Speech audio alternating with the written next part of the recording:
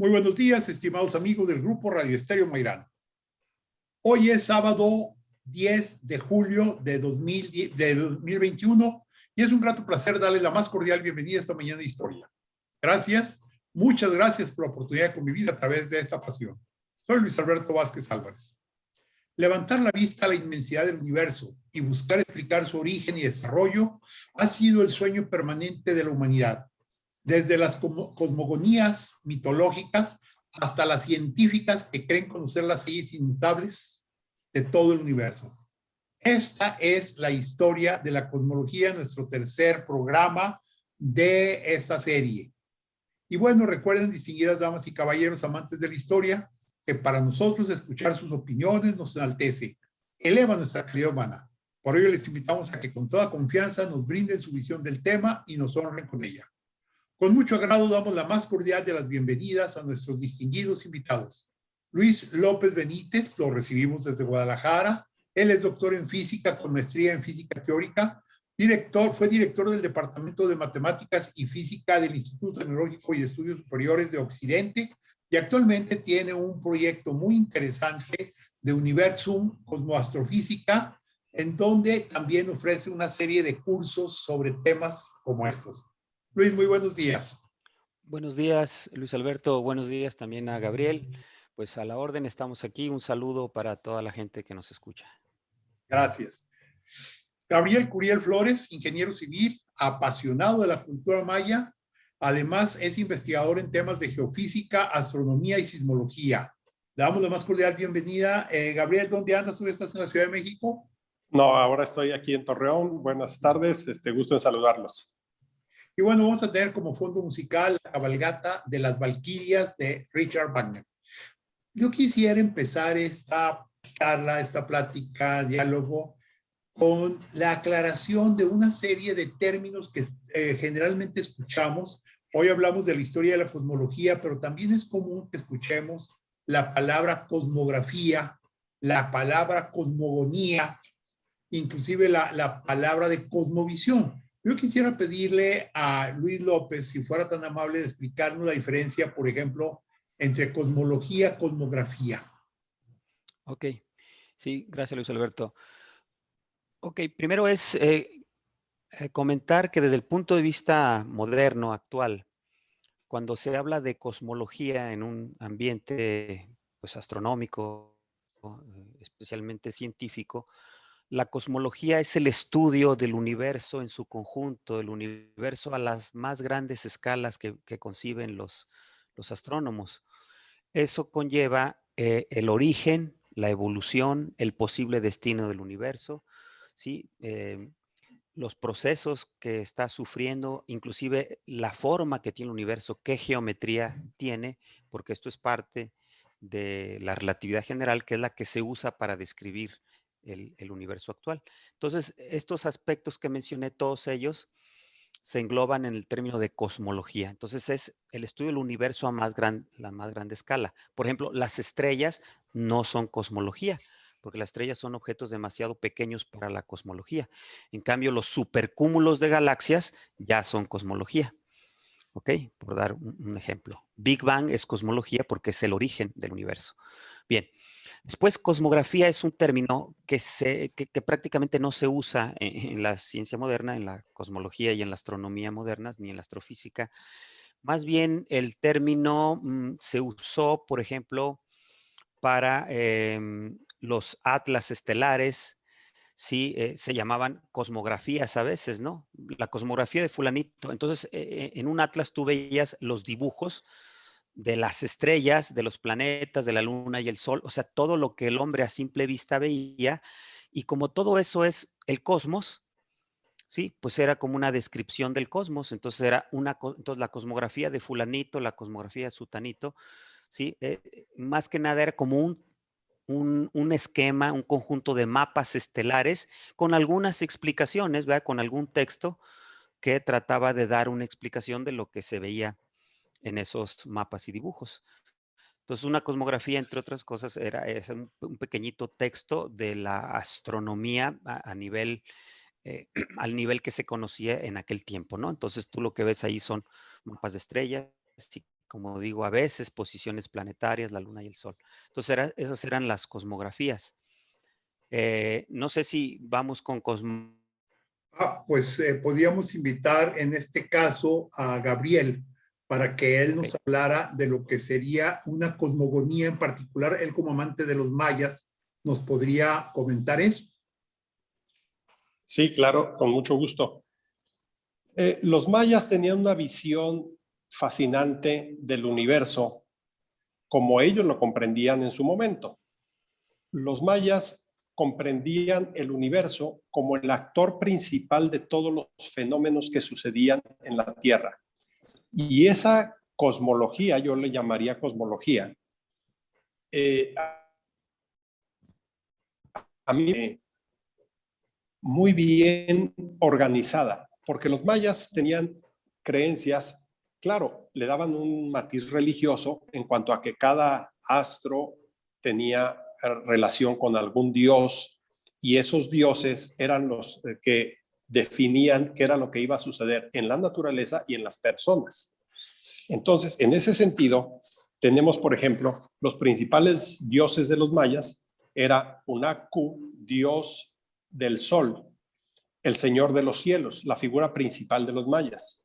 Chac, el dios de la lluvia y de la fertilidad, la energía creadora. Yuxcax, dios del maíz, regido por los principios inteligentes superiores, los animales, las plantas, los minerales, etc. Akpuk, dios de la muerte. A él lo relacionaban con la gula, la pereza, la envidia y todos los más males y las cosas que sucedían después de la muerte.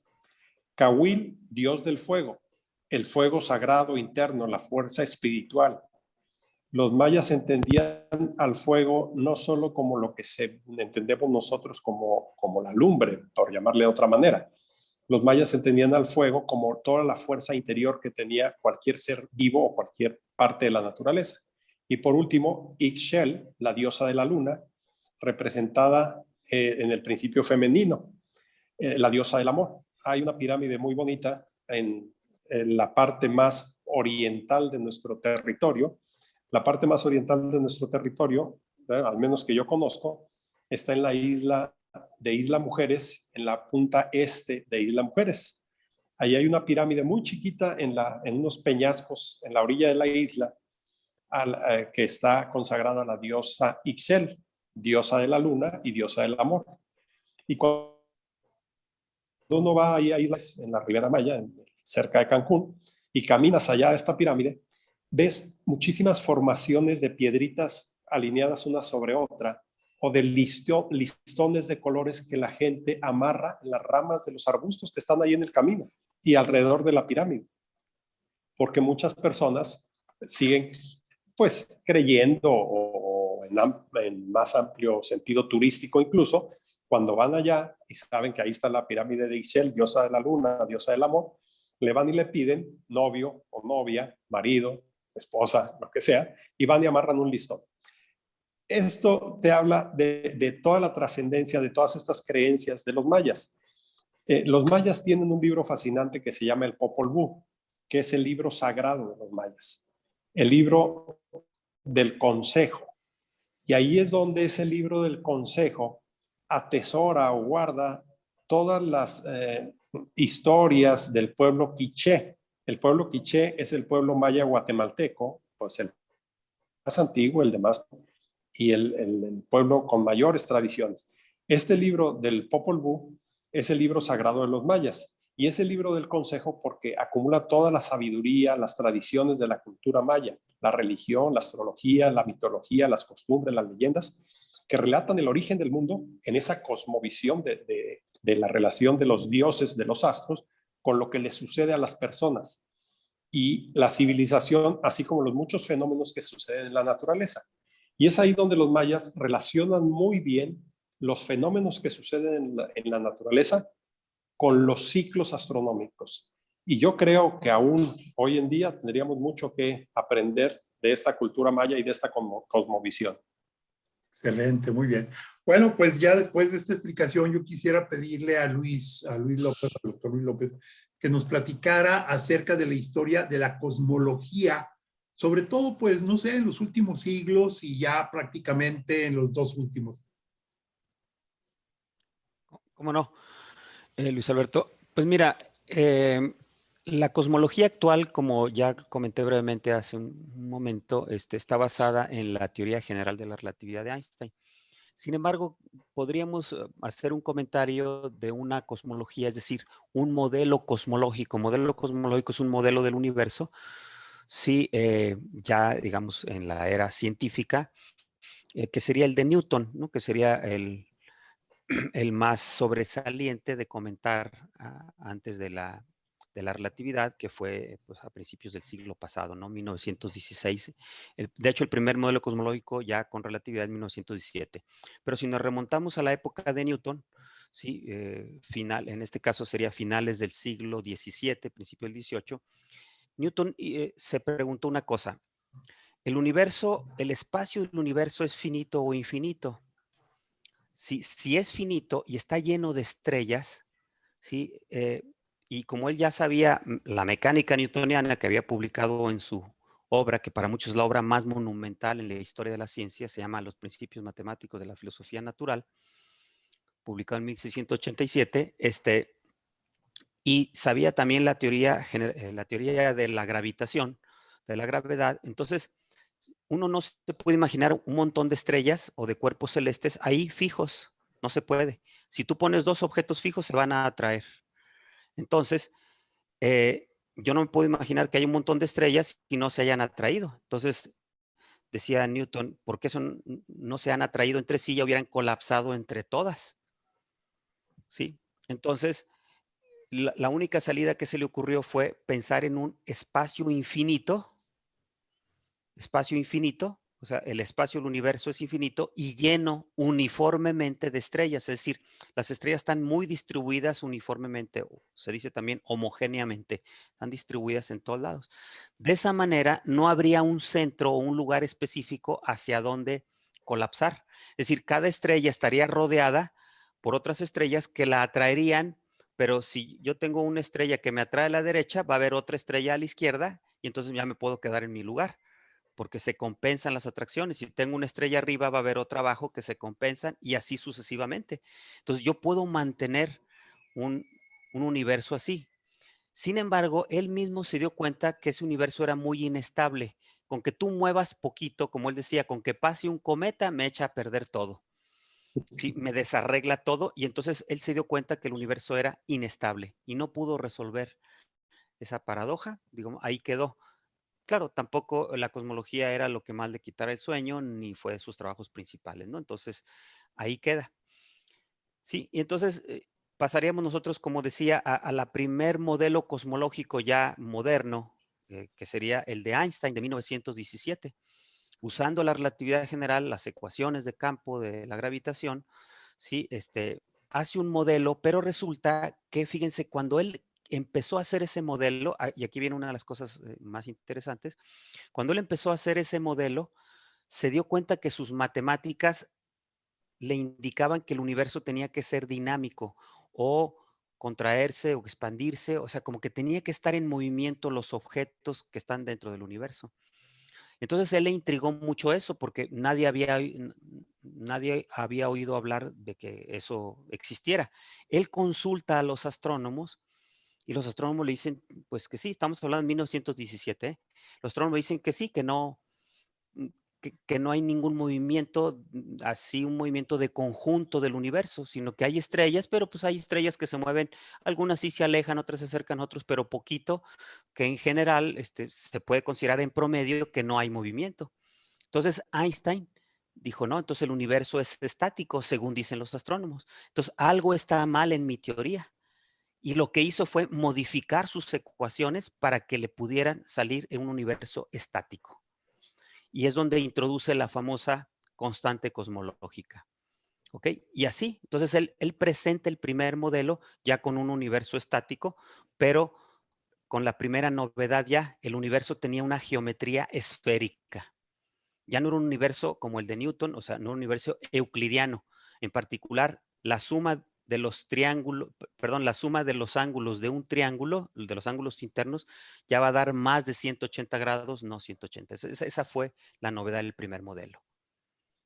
Y qué interesante esta idea de Einstein, realmente muy atractiva. Vamos a hacer una breve pausa y al regresar nos gustaría que nos siguieran platicando Gabriel y Luis sobre la historia de la cosmología. Vamos a una pausa. Regresamos a Diálogos con la Historia. Hoy estamos en el tercer programa de astronomía. Estamos platicando de la historia de la cosmología. Están con nosotros el ingeniero Gabriel Curiel Flores. Él es amante de los mayas, pero también de todo lo que es astrofísica y demás. Y el doctor Luis López Benítez, él es doctor en física con maestría en física teórica y está platicándonos acerca del origen, o más bien, acerca de la historia de las teorías de la cosmología. Acabamos de escuchar la de Einstein. Luis, si quieres continuar, por favor. Ok, con gusto. Entonces, pues Einstein, digamos que formula este primer modelo de universo, que en el lenguaje de la física se dice el modelo cosmológico, y entonces, como les digo, tiene algunas características especiales, como que tiene ya geometría esférica, ¿no? Es primera vez. La idea para esto se usa una analogía bidimensional, como si fuera una pelota. Sí, en una pelota, una hormiguita puede andar por la pelota por todos lados.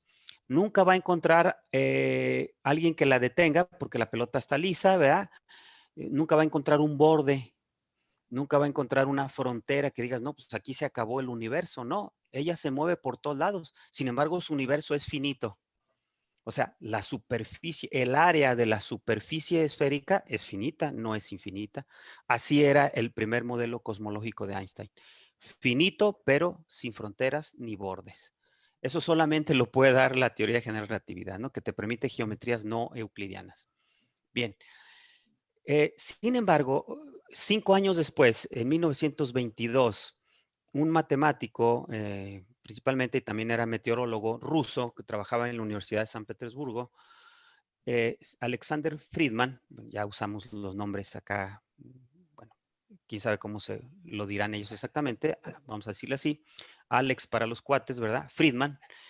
Él usó las ecuaciones de Einstein también para hacer un modelo de universo, pero como llegaban un poco tarde las noticias allá donde él no estaba en un centro de investigación muy grande, que estuviera muy rápido, llegaran las noticias de lo que Einstein y los grandes científicos estuvieran produciendo. Entonces, él usó las ecuaciones originales de Einstein, o sea, cuando no estaban modificadas, porque como les dije, Einstein las tuvo que modificar para que diera un universo estático. Entonces, como él usó las ecuaciones originales, le salía que el universo o se expandía o se contraía. Pero él, lejos de rechazarlo, o sea, no tuvo a los astrónomos que lo mal aconsejaran. Entonces, él lo que hizo fue considerar esa posibilidad. Dijo, no, pues el universo es dinámico. Y que los astrónomos piensen una cosa u otra es ahorita muy temprano para decidir. La observación astronómica es todavía un poquito, pues está apenas naciendo en muchos aspectos. Entonces, si alguien me dijera que el universo es estático, yo pues, sí, pues, no es seguro, ¿sí? Entonces, él dejó abierta esa posibilidad de que el universo fuera dinámico, se pudiera expandir o contraer. Entonces, se considera a Friedman, digamos, el primero que explícitamente considera un modelo de universo dinámico, se llama. ¿Sí? Se llamó, su artículo en 1922 se llamó Acerca de la curvatura del espacio. En 1923 escribe un libro de divulgación que se llama El mundo como espacio y tiempo.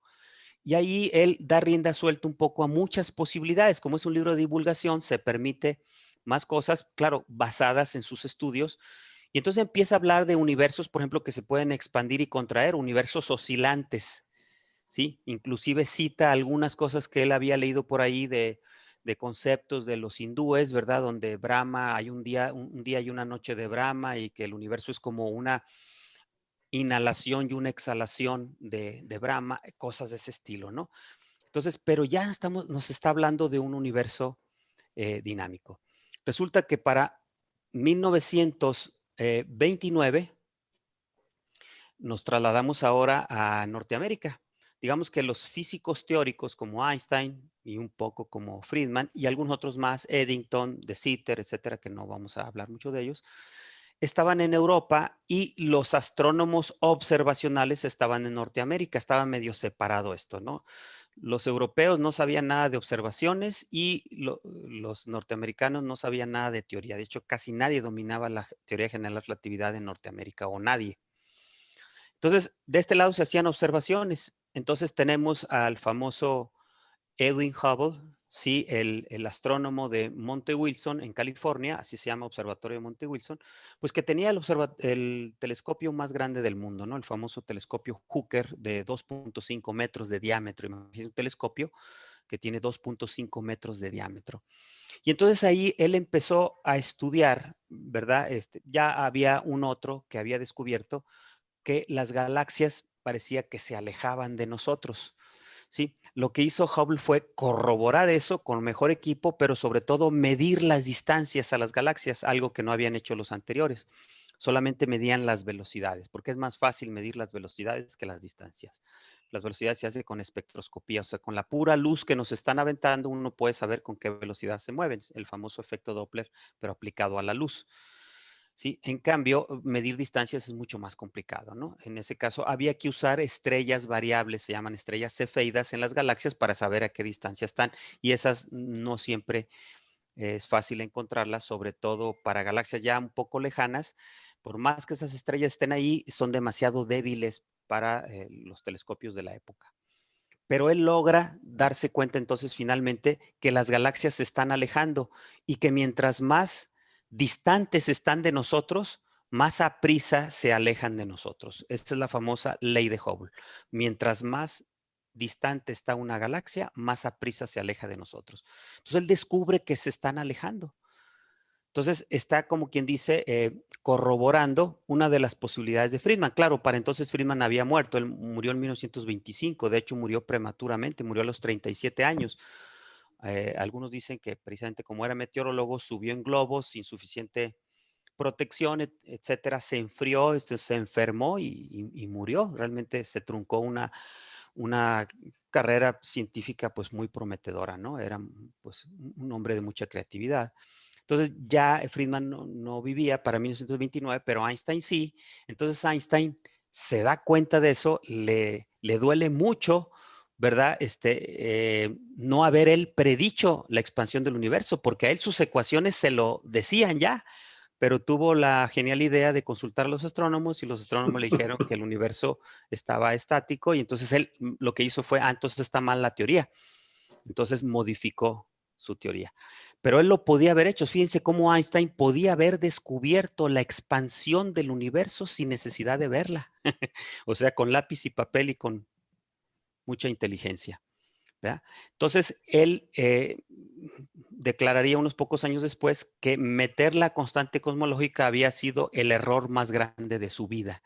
Sí, a ver, de hecho, él desde que lo metía, él no estaba muy convencido, pero decía, bueno, hay que atenerse a los hechos, y si los hechos dicen que el universo es estático, pues ni modo. Él decía que eran meter esa constante era un grave daño para la belleza formal de la teoría. Sí, decía que era una cosa fea, etcétera, pero pues la trataba de aceptar.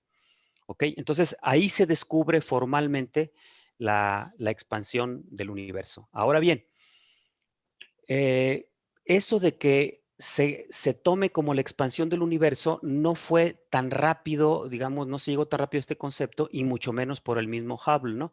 Hubble lo único que decía, mira, yo nomás sé que como que las galaxias se están alejando de nosotros y se alejan pues con tales velocidades dependiendo de su distancia. Los astrónomos y mejor dicho, los físicos europeos que sabían relatividad se enteran de esto y empiezan a hacer unas reuniones para tratar de interpretar, oye, eso que están encontrando los americanos, ¿cómo lo interpretamos? ¿Sí? ¿Qué nos puede decir la relatividad general y la física que conocemos? Hay un sacerdote belga, que es Georges Lemaitre se escribe, ¿sí? Que se entera de estas reuniones de los físicos, ¿sí? Tratando de interpretar las observaciones de los norteamericanos. se entera de que ellos están en eso y levanta la mano y les dice, oigan, esa explicación que ustedes están buscando, yo ya la tengo y de hecho la publiqué hace 2 años, en 1927. Y así es, la había publicado nomás en un ambiente de poca difusión, era la Sociedad Científica de Bruselas, en Bélgica, que pues no era ni Berlín, ni Londres, ni Gotinga, que era el centro de la física, o Copenhague, donde estaba Niels Bohr, no eran los grandes centros, entonces muchos no la conocían. Y entonces resulta que Lemaitre ya había él, digamos, de alguna manera y en forma independiente y por otro camino, redescubierto los cálculos de Friedman. Pero lo hizo totalmente independiente, sin saber nada de Friedman, y además lo hizo por otro camino, por cierto, más complicado. Entonces dice, pero lo que tenía Friedman era que él sí tenía una interpretación. Y sobre todo, que no nomás se quedó con que el universo se expande, sino que como él sí había tenido una formación también había estado con gente observacional, había estado de hecho en Estados Unidos, ya había escuchado que las galaxias se alejaban antes de que fuera publicado por Hubble. O sea, otros habían ya, como les digo, por ejemplo,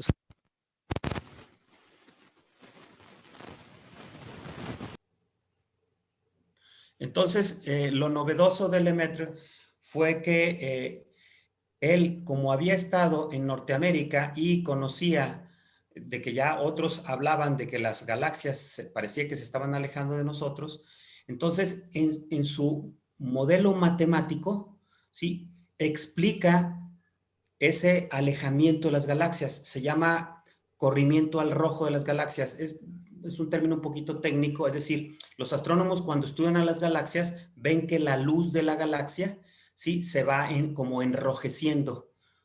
¿Sí? Eso significa que la galaxia se está alejando de nosotros. Entonces, lo que hace Lemaitre es explicar, ¿sí? Ese efecto Doppler hacia el rojo de las galaxias, algo que Friedman pues, no podía hacer porque en aquel tiempo ni había muchos estudios de eso y además él no estaba enterado. ¿Sí? Entonces, es mucho más completo el estudio de Lemaitre, aunque algunos pudieran decir, no, pues lo que hizo fue algo que ya había hecho Friedman, aunque no le haya copiado ni mucho menos, porque lo hizo por su cuenta, pero hizo lo mismo, no. Tiene esta novedad y la más importante, él sí se interesó por el estado físico del universo. Dijo, ok, si el universo se está expandiendo, ¿cómo estaba antes? Pues menos expandido, menos. Empezó a imaginar, empezó a echar el reloj hacia atrás y conforme pensáramos en miles de millones de años hacia atrás, ¿sí? Digamos que una región del universo que tú tomes, la que tú quieras, va a estar mucho más compacta, va a estar mucho más caliente, ¿sí? Mucho más densa. Él empezó entonces a especular sobre las condiciones físicas del universo en tiempos pasados y si eso lo llevamos hasta el extremo, llegamos a un punto, digamos, ¿no? Entonces, finalmente, ahí está contenida básicamente la idea del Big Bang, de que provenimos, ¿verdad? El universo proviene de una región muy chiquita. Ya en el caso de él, entonces por eso a él se le conoce como el padre del Big Bang, un poco jugando con la palabra padre, porque se dice que es el padre de la física, el padre de la astrofísica, eso, porque es el que la genera, pero él sí era padre, era un cura católico de la Universidad de Lovaina en Bélgica, ¿verdad? Entonces sí es el padre del Big Bang. Ahora, Okay. Luis, sí. Antes vamos a dar una pausa, pero antes nada más, exactamente cómo definirías el Big Bang. Ok. ¿Ahorita o después de la pausa? ¿En un minuto podrías? No, es un poquito más largo. Ok, muy bien. Entonces, sí. Mire, vamos a hacer una breve pausa y al regresar vamos a platicar y yo creo que tenemos algunas preguntas que realizar sobre todo esto que nos acabas de platicar, de expresar, porque es muy interesante. Vamos a una pausa. Regresamos a Diálogos con la Historia. Estamos platicando de la historia de la cosmología. Está con nosotros el doctor Luis López Benítez, doctor en física, maestro en física teórica. Está con nosotros Gabriel Curiel Flores. Él es ingeniero civil, amante de la astrofísica. Y bueno, estábamos escuchando precisamente al doctor Luis López sobre el Big Bang. ¿Qué es el Big Bang? ¿Cómo surgió? ¿Qué sucede? Adelante, por favor. Ok, nada más para terminando con la idea, digamos, de lo que podría ser el Big Bang en el caso de Lemaitre, les decía yo que él quiso estudiar la historia física ya del cosmos, no solamente matemática, ¿verdad? Entonces, se imaginó que había surgido todo el universo de un pequeño punto, ¿sí? Una región muy compacta, muy chiquita, que le llamó el átomo primitivo. Lógicamente, todo esto lo hizo en el ambiente, es decir, él buscó en la física de ese momento explicaciones. Entonces fue a dar a la física nuclear, a la radiactividad, al estudio de los rayos cósmicos. Entonces básicamente él formuló de que ese átomo primitivo se había desintegrado, ¿sí? Y de esa desintegración, como una desintegración de radiactividad, como le ocurre a los núcleos de los elementos inestables, como el uranio, etcétera, el radio, desde luego, entonces, que de ahí había salido el universo y los rayos cósmicos que vemos, él creía que eran residuos de esa primera desintegración del átomo primitivo, ¿no? Primitif en francés. Entonces, así se llamó su libro, La hipótesis del átomo primitivo. Ahí quedó. Pero, entonces la idea básica era que lo que ahora conocemos había surgido en una región muy pequeña. El Big Bang, como se conceptualiza, hablando muy en general actualmente, pues es ese primer momento, ¿sí? En el cual empieza la expansión del universo. Ahora sabemos que el universo, lógicamente, se expande y de hecho se expande aceleradamente, ¿sí? Cuando empezó la expansión, se le llama a ese evento de expansión, que no sabríamos decir quién lo produjo, ¿sí? Se le llama Big Bang. Si nosotros nos vamos al concepto más, digamos, normal, convencional y sencillo, en el Big Bang surge no solo empieza la expansión, sino que aparece por primera vez el espacio, el tiempo, la energía, ¿verdad? La energía y materia, lo que hubiera. Es difícil hablar de eso. De hecho, de hablar exactamente así, porque les voy a comentar algo. Cuando el universo tenía 10 a la menos 43 segundos, eso se llama el tiempo de Planck, 10 a la menos 43 segundos. ¿Qué significa eso? Que es 0. Luego 42 ceros, 0.00001 segundo, o sea, es una fracción de segundo, no es nanosegundo. Nanosegundo es cosa muy grande para eso, es 10 a la menos 9, sino es nanosegundo de nanosegundo de, o sea, ¿cómo se puede decir? Pues sí, milésima, nanoésima parte, ¿verdad? Mil millonésima parte de los nanosegundos, ahí te la vas llevando. Es un instante muy chiquito. Allí no hay teorías actuales que penetren allí, porque necesitamos unir gravedad con mecánica cuántica, es decir, unificar todas las fuerzas. Esa teoría no existe. Mientras no exista, no podemos penetrar allí. Entonces es muy difícil hablar de lo que pasó, ¿sí? Entonces, en general es el nacimiento del espacio, el tiempo y la energía, vamos a decirlo así. Ok, es ese momento. No es una explosión en el espacio, porque no había espacio. Sí, es un error pensar que el Big Bang ocurrió en cierto lugar. Mira, ocurrió por allá. Cuando tú dices ocurrió por allá, es porque ya te estás concibiendo que ya hay un espacio, ¿sí? Y vas a ver dónde ocurrió. No, no había espacio, porque el espacio justamente ahí nace, ¿sí? Entonces, hay muchas paradojas, ¿no? Relacionadas con ese estado del Big Bang. Se llama, entre otros, una singularidad también de la relatividad general. Así como hay la singularidad en el interior del agujero negro, hay una singularidad que se llama Big Bang, ¿sale? Entonces, ahora sabemos que el universo se ha estado expandiendo continuamente, ¿sí? Y a partir de 1998, con un estudio de supernovas muy lejanas, se descubrió no solo que el universo se expande aceleradamente. Y eso fue una gran sorpresa. ¿Por qué va a ser una sorpresa? Porque todo el mundo hubiera jurado antes que eso que el universo sí se expandía, pero desaceleradamente. Casi cualquiera, si le tuviera que apostar, le tenía que apostar a que era desacelerado. ¿Por qué? Porque la fuerza de gravedad de toda la materia del universo, la gravedad siempre es como atractiva. La gravedad atrae siempre, la gravedad no es repulsiva. Entonces, si tú avientas una piedra, vamos a decirlo así, si tú avientas una piedra hacia arriba, una vez que la piedra sale de tu mano, a fuerza se está desacelerando hasta que se detiene y luego se regresa. Pero cuando una piedra tú la avientas, siempre se está desacelerando, no se puede acelerar. O sea, una vez que salió de la mano, una vez que salió tu mano, no hay otra fuerza que actúe sobre ella más que la fuerza de gravedad de la Tierra. Y la fuerza de gravedad siempre es retardadora. Entonces fue una gran sorpresa que la expansión del universo fuera acelerada. Entonces hubo que pensar en algunos otros agentes. O sea, en el universo hay algo más que la gravedad. ¿Sí? Entonces, eso es lo que se llama energía oscura. Pero creo que ustedes, bueno, por ahí sería mi comentario del Big Bang.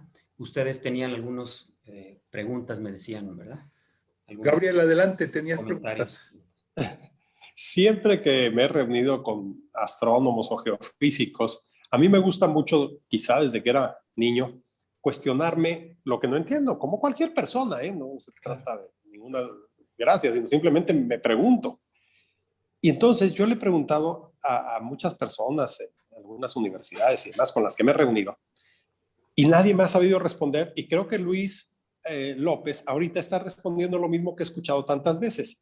Yo digo, ok, yo no entiendo el Big Bang, ¿sí?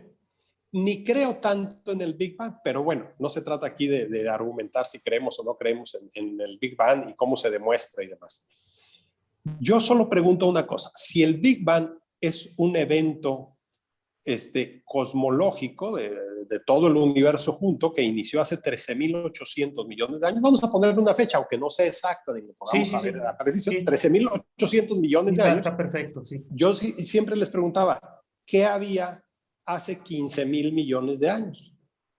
Y todo el mundo dice, no, pues es que no sabemos, es que nada, es que pues no hay respuesta para eso. Y no puede ser que el universo hace 15.000 millones de años no existiera y no existiera nada. ¿Por qué? Porque entonces estaríamos casi con y no me voy a meter absolutamente para nada en religión, ¿verdad? Porque no se trata de eso. Con las ideas de la religión que dice que hay un Dios que creó todo de la nada en un momento inicial. Bueno, y antes de esa creación del todo de la nada, el Big Bang tampoco existía. O sea, hace 15.000 millones de años no existía ni universo, ni tiempo, ni materia, ni espacio, ni nada. A mí se me hace muy difícil entender eso y concebirlo. Yo creo que sí existía el universo hace 15.000 millones de años, tengo mis ideas, pero bueno, no sé si Luis López pudiera comentarnos algo, si hay algún estudio, alguna teoría, algo de qué existía hace 15.000 millones de años, 2.000 millones de años antes del Big Bang. Ok, mira, eso digamos que es una cosa difícil que ha sido estudiada por grandes pensadores desde San Agustín.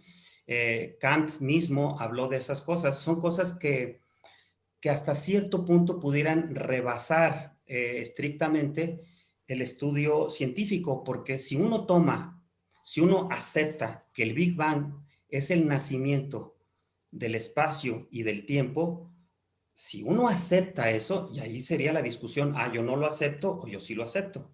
Esa ya es otra discusión. Pero si uno sí lo acepta, no había nada, es decir, para decirlo de una cierta forma, ni siquiera tiene sentido preguntarse qué había antes, porque no hay un antes. Porque si estamos aceptando que ahí es el nacimiento del tiempo también, ¿sí? Y inclusive entramos en muchas paradojas y aceptamos que el espacio, ok, te acepto que el espacio no existiera, pero el tiempo ha sido eterno, ¿verdad? Eso puede pensar alguien. Bueno, entonces estamos en una cosa donde hubiera tiempo, pero no espacio, también es muy difícil de imaginar. Entonces, es ahí donde... De hecho, San Agustín, perdón, sí. una anécdota, ¿no? ¿Qué hacía Dios antes de inventar el mundo, el espacio y el tiempo? Le preguntaron. Y dice, estaba preparando el infierno para los que hacen ese tipo de preguntas. Muy buena. Entonces, las antinomias de Kant, o sea, las antinomias de Kant tienen un principio, el espacio y el tiempo. Entonces, él estudió todo eso. Entonces, no es fácil desde el punto de vista de los científicos contestar a eso desde el punto de vista científico. Yo ya les dije al menos que no nos podemos acercar con seguridad, con cierta firmeza, con teorías de la física, no nos podemos ni siquiera acercar al Big Bang. Entonces el Big Bang no está muy bien definido, es simplemente que tuvo que haber un inicio de la expansión. Ahora, habrá gente que diga, bueno, a lo mejor está oculto ese principio y había tiempo, había mucho tiempo porque el tiempo debe ser eterno, o sea, No podemos pensar en un inicio del tiempo. Y el espacio, pues a lo mejor sí había, como decía Lemaitre, una cosita, un punto en el espacio que estuvo mucho tiempo sin hacer nada y un día se le ocurrió explotar, pero ya había tiempo.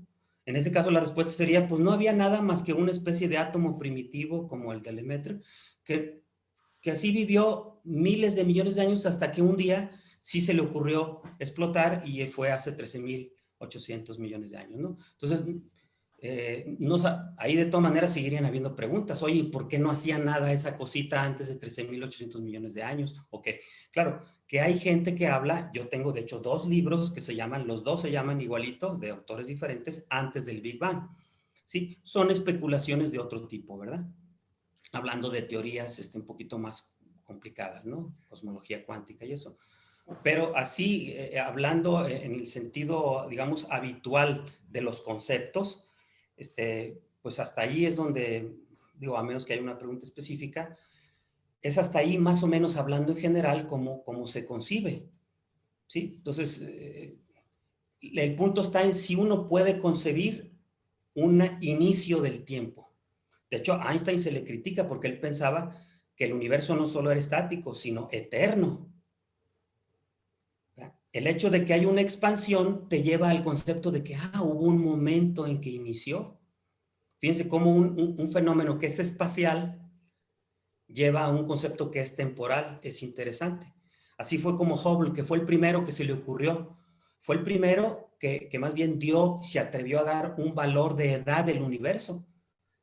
¿Sí? Alguien puede decir, oye, no, es que edad del universo, eso no tiene sentido. El universo es eterno. ¿Sí? Porque si no ponemos un inicio del tiempo, el universo es eterno, aunque digas que de 13.800 hacia atrás, pues no era nada el universo, era una cosa media vacía, quién sabe qué habría, o ni espacio había, yo no sé. Es un poco difícil pensarlo nada más en estos términos así, digamos, ordinarios, ¿no? Y así como hay muchas cosas y muchas paradojas, ¿no? En la relatividad general, ¿no? Por ejemplo, el espacio se está creando conforme el universo se va expandiendo, está creando más espacio, ¿o qué?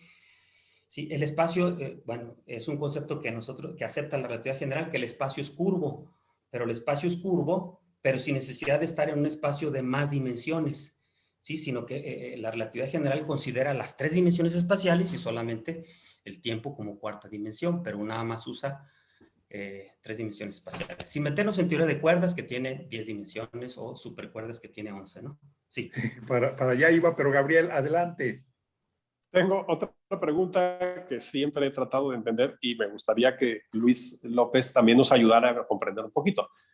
Todos hemos oído del acelerador de hadrones que está en Suiza, donde los científicos más destacados del mundo y la Comunidad Económica Europea que lo opera, está tratando de acelerar 2 partículas, por llamarle de alguna manera, para hacerlas chocar y recrear las condiciones del Big Bang. Pero, bueno, quisiera que Luis nos lo explicara un poquito más a fondo de qué se trata el acelerador de hadrones para entender tratar de hacer el origen del universo ahí. Ok, bien, mira, un comentario es que en realidad no es muy correcto porque decir que recrear el Big Bang es una cosa muy seria precisamente y difícil, es recrear condiciones más o menos cercanas al Big Bang 10 a la menos 12 segundos.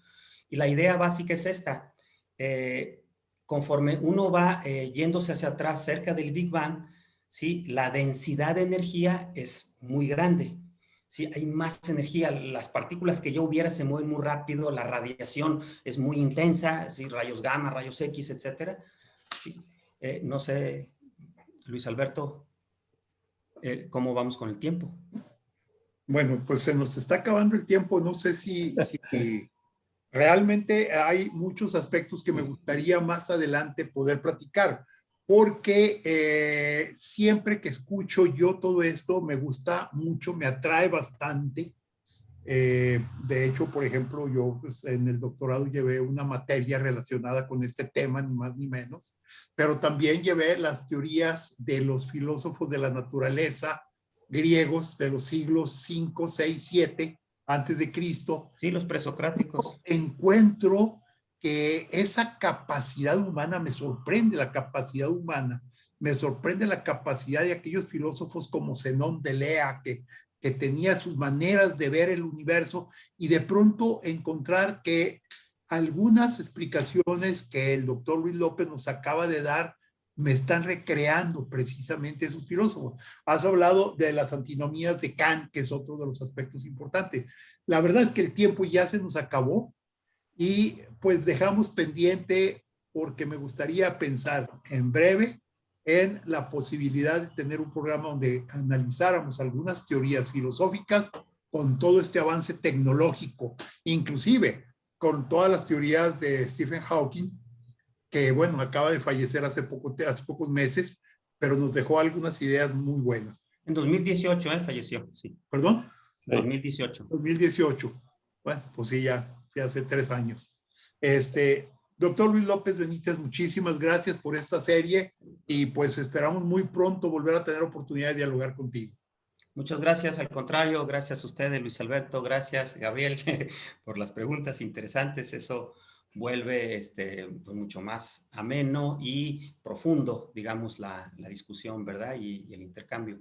Y bueno, gracias a todos nuestros escuchas. Como no, con gusto regresamos por aquí cuando ustedes lo consideren conveniente, ¿verdad? Gracias, Luis. Gracias, Gabriel Curiel Flores, por toda tu participación en esta serie, en la serie anterior de los mayas. Y bueno, pues estamos pendientes con otra serie.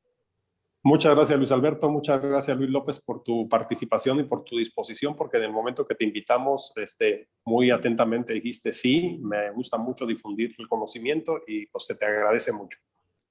Muchas gracias a mi compañera Claudia Martínez Martel, la coordinación general de este programa, a Roberto Ríos en la grabación de este programa también, y a ustedes, estimadas amigas, amigos, muchísimas gracias. Nos vemos el sábado 17 en otro diálogo con la historia. Muchas gracias.